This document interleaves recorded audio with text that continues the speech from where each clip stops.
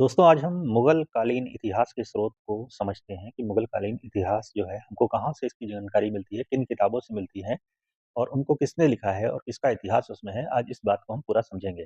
लेकिन पहले हम देख लेते हैं मुग़ल काल जो हमारा था, जो कब से कब तक के था और कौन-कौन उसमें बादशाह हुए, कौन-कौन से राजा हुए। तो पहले इसको देखते हैं, समझते हैं मुग़ल साम्राज्य था 1526 से लेके 1857 तक था। लेकिन 1707 तक जो इसके मेन राजा जो हुए, वो आपके 6 ही हुए हैं।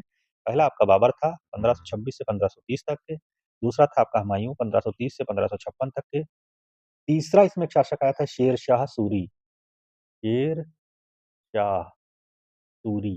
ये सूरी वंश का था, ये अलग था, ये मुगलों के खानदान से नहीं था, जो कि 1540 से 1545 तक ये रहा था, 40 से 45 तक रहा था और उस समय हुमायूँ का शासन था, लेकिन हुमायूँ अपने जंगलों में भटक रहा था, तो इसने बड़ा अच्छा शासन किया था। ये मुगलों से हट के है, लेकिन था उसी दौरान। तो हुमायूँ रहा 1556 तक, अकबर रहा 1556 से लेके 1605 तक के, तीसरा शासक था।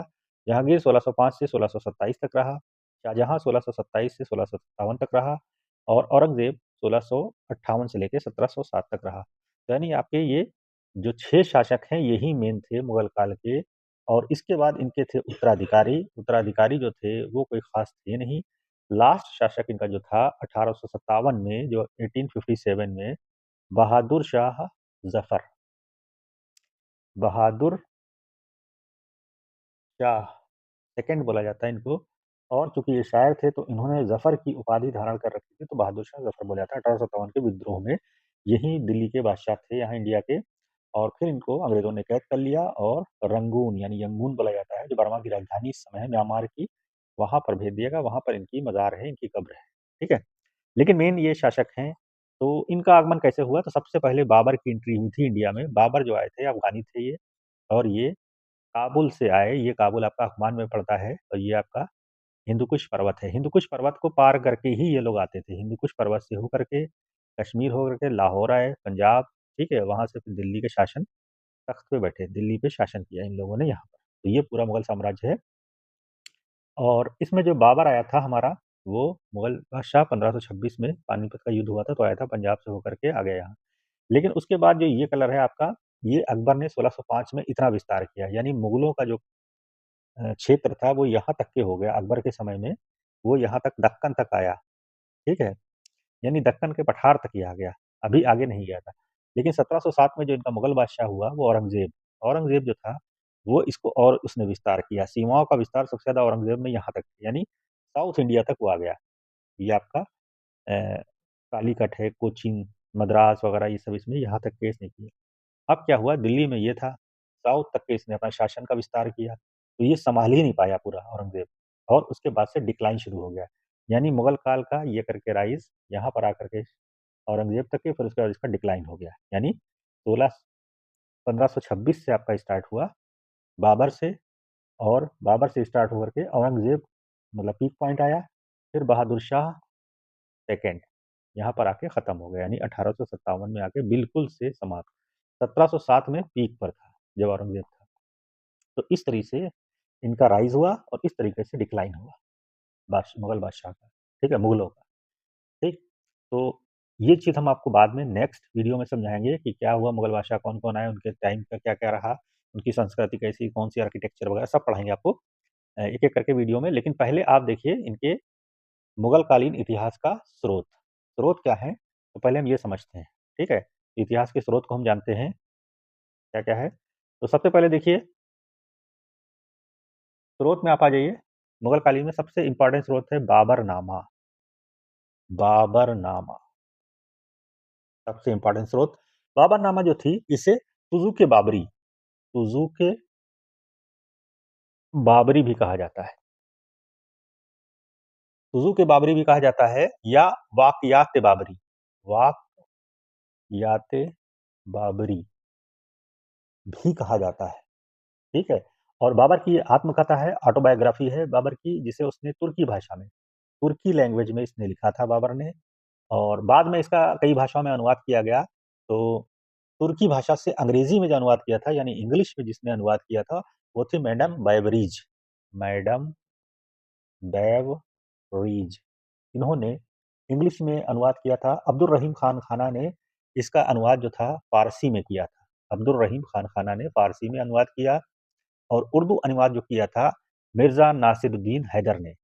मिर्ज़ा नासिरुद्दीन नासिरुद्दीन हैदर ने इसका जो था उर्दू में अनुवाद किया। दिल्ली में 1924 में ये प्रकाशित हुई, यानी बाबरनामा प्रकाशित हुई। इसमें बाबर के जीवन के विषय में पूरा ग्रंथ इसमें मिल जाएगा। बाबरनामा में पूरी इसकी ऑटोबायोग्राफी मिल जाएगी। ठीक है? तो सबसे पहला स्रोत यही है, किताबें ही स्रोत हैं। ठीक? फिर दूसरा देखते हैं, दूसरा स्रोत क्या है? तारीख़ रशीदी, तारीख़ ए रशीदी।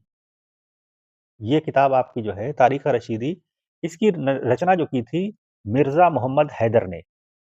मिर्ज़ा मोहम्मद हैदर ने की थी और फ़ारसी में। उस समय फ़ारसी ज़्यादा लैंग्वेज चलती थी। फ़ारसी जो है पर्शियन लैंग्वेज है, ईरान में बोली जाती है ये। तो उसमें बाबर व हुमायूँ की के समय की घटनाओं का वर्णन किया गया है और मिर्ज़ा हैदर बाबर का संबंधी भी था। उसकी मतलब आयु में छोटा था। उसकी सेवा में आ गया था, बाबर की सेवा में आ गया था और उस समय जो तत्कालीन जो घटनाएँ घटती थी, आँखों से जो देखा उसने वही उसमें वर्णन किया। तो उसने इस किताब का नाम रखा तारीख़ रशीदी और इसको 2 भागों में बाँटा उसने। 1527 से लेकर के और 1533 तक के एक पार्ट था। एक भाग में इसने बाबर और हुमायूँ की घटनाओं को लिखा। बाबर और हुमायूँ की घटनाओं के बारे में इसने वर्णन किया। उसके बाद सेकंड पार्ट इसने 1541 में लिखा इसका और उसमें जो है अपने जीवन की घटनाओं का वर्णन किया। ठीक है? बाबर और हुमायूँ का फर्स्ट पार्ट में और सेकंड पार्ट में इसने जो है ये फर्स्ट पार्ट था, ये सेकंड पार्ट था, अपने जीवन की घटनाओं का वर्णन किया। इसके बाद नेक्स्ट किताब आपकी आई है, वो थी आपकी हुमायूँ नामा।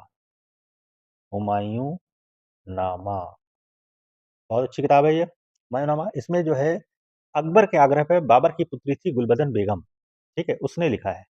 गुलबदन बेगम, ये जो थी बाबर की लड़की थी और अकबर के टाइम की थी ये, अकबर के समय में थी। इसने अकबर के कार्यकाल की रचना की। अकबर कहता था इससे गुलबदन बेगम से तुमको लिखना है पूरा इतिहास, वही लिखती रहती थी।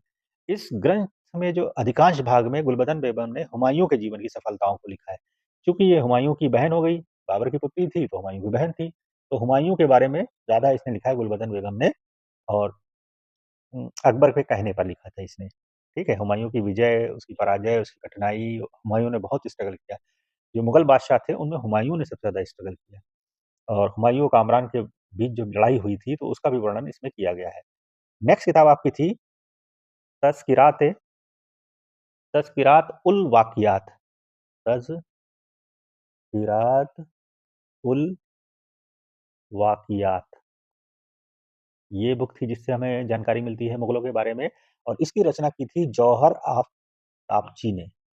जौहर आफ़ताब की ने की थी और अकबर के आदेश पर इन्होंने फ़ारसी में लिखा था। फ़ारसी भाषा में इसकी रचना की गई और ये अकबर के समय था, ठीक है? तो कई वर्षों तक हुमायूँ की सेवा में भी रहा, अकबर के कहने पर इसने ये रचना की थी और हुमायूँ के सैनिक अभियानों से लेकर उसकी जो दुर्दशा हुई थी हुमायूँ की, उसके बारे में इसने वर्णन किया है और हुमायूँ को जानने के लिए ये बहुत ही प्रामाणिक ग्रंथ है, ठीक है? तज़किरातुल वाक़ियात जो है हुमायूँ के बारे में जानने का एक बहुत ही प्रामाणिक ग्रंथ है, ये इसको माना जाता है। नेक्स्ट बुक आपकी जो है, वो है तारीख़-ए-दौलत-ए-शेरशाही, तारीख़-ए-दौलत-ए-शेरशाही, ये किताब जो है आपकी बहुत इम्पोर्टेंट है। हसन अली खान ने इसकी रचना की थी। हसन अली खान ने इसकी रचना की फ़ारसी में। फ़ारसी उस समय चलती ही थी ज़्यादातर और इसमें शेर शाह के बारे में वर्णन है। शेर शाह जो सूरी थे, उनका व्यक्तित्व, उनकी पर्सनैलिटी, उनका जीवन, उनके शासन के बारे में सारी जानकारी इसमें मिलती है आपकी। नेक्स्ट बुक आपकी है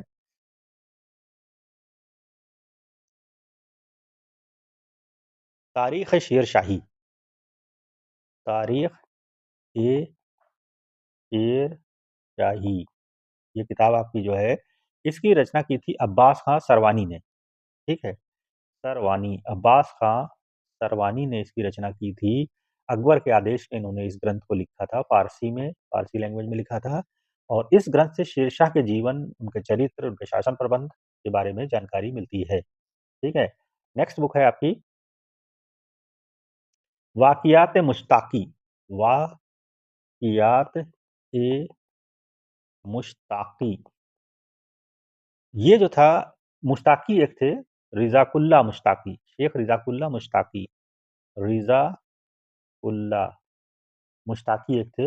इन्होंने फ़ारसी भाषा में इस किताब को लिखा है और लोदी और सूरकाल पर इसमें मतलब प्रकाश डालती है किताब जो है। सबसे पहली किताब है जो लोदी और सूरकाल पर प्रकाश डालती है। इस ग्रंथ में बहलोल लोदी से लेकर अकबर के शासनकाल के मध्य तक के भाग का वर्णन किया गया है। यानी बहलोल लोदी से अकबर तक का इसमें वर्णन किया गया है। नेक्स्ट बुक है आपकी तारीख दाऊदी, तारीख ए दाऊदी। अब्दुल्ला ने इस किताब को लिखा था, अब्दुल्ला ने इस किताब को लिखा और जहांगीर के शासनकाल में लिखा था और इसमें शेरशाह के शासनकाल का भी वर्णन किया गया है। इसके बाद नेक्स्ट बुक आपकी आती है अकबरनामा, बहुत इंपॉर्टेंट किताब है। अकबरनामा, अकबरनामा किताब जो है अकबर के शासनकाल की इसमें ज़्यादातर सब वर्णन किया गया है और इसको अबुल फजल ने लिखा था। अबुल फजल, अबुल फजल ने इस किताब की रचना की थी और मुगल इतिहास को जानने का एक महत्वपूर्ण स्रोत है। इसके 3 भाग हैं। 3 भाग में जो है आपका जो 3 भागों में इसका जो वर्णन किया गया है, तीसरा भाग जो इसका कहा जाता है वो फर्स्ट, सेकंड और थर्ड। थर्ड पार्ट को हम कहते हैं आईने अकबरी, आईने अकबरी बोला जाता है थर्ड पार्ट को, तीसरे भाग को। और अकबरनामा की जान है ये आईने अकबरी। इसके पहले भाग में अमीर तैमूर से लेकर हुमायूं तक के तैमूर से लेकर हुमायूं तक का इसमें वर्णन है, पहले भाग में वर्णन किया गया है और दूसरे भाग में, दूसरे और तीसरे भाग में अकबर का इतिहास का वर्णन है, 1602 में अकबर का। ठीक है, दूसरे तीसरे भाग में अकबर का ही वर्णन है, तीसरे भाग को आईने अकबरी कहा जाता है, इसके तीसरे भाग को आईने अकबरी कहा जाता है। ठीक है, तो आज हम इतना ही बताते हैं इतिहास के स्रोत। अगला नेक्स्ट वीडियो में बताएंगे, यानी फर्स्ट पार्ट ये है, सेकंड पार्ट में हम आपको आगे की किताबों के बारे में भी बताएंगे। आपको कैसा लगा आप कमेंट करके बताइएगा, तो मैं अगला वीडियो बना के डालूंगा। ठीक है।